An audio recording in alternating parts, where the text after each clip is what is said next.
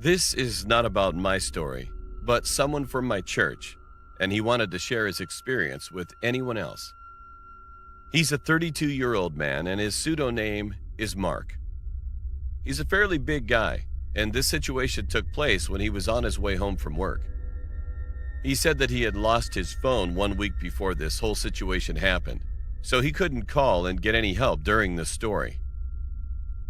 It was quite late, around 11 p.m.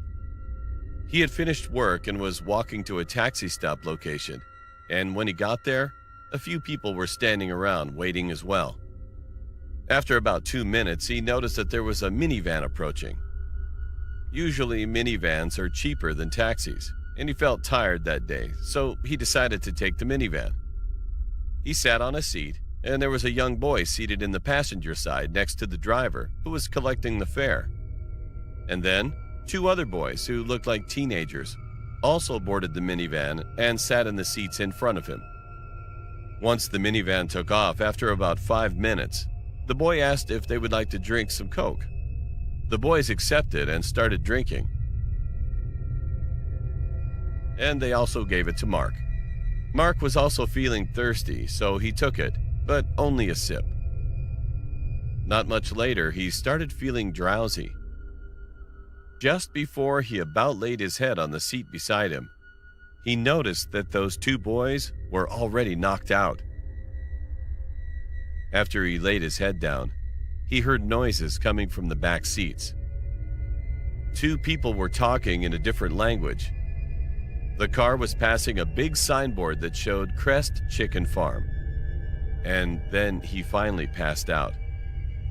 When he got up, he found himself inside a big shed-like barn, and there were some tools on a big table. He was on the floor, and the other 2 teenage boys were laying next to him.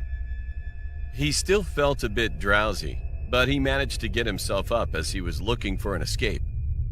He saw that the 2 boys were still passed out, so he tried waking them, but they wouldn't budge.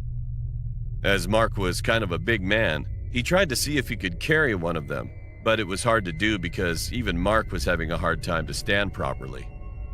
And then he heard voices. He took a peek from the door, and 3 people were walking toward the big shed, coming from a house on the hill, which was quite close to the shed. Mark panicked and tried to look for another exit. He was looking around the place, and he found one at the end of the shed, luckily. He approached quietly and escaped as fast as he could.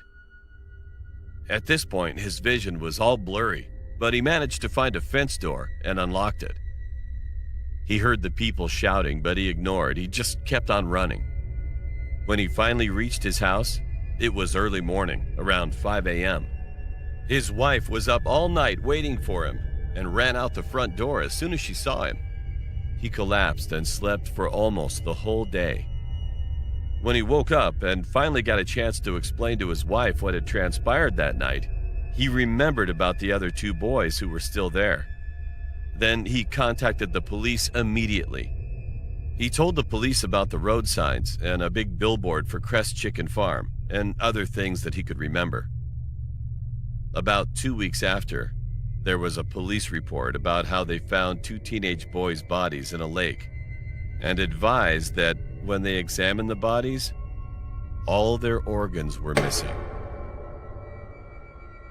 Mark just stood in fear. And as the event was too traumatic for him, Mark had to quit a job for a while.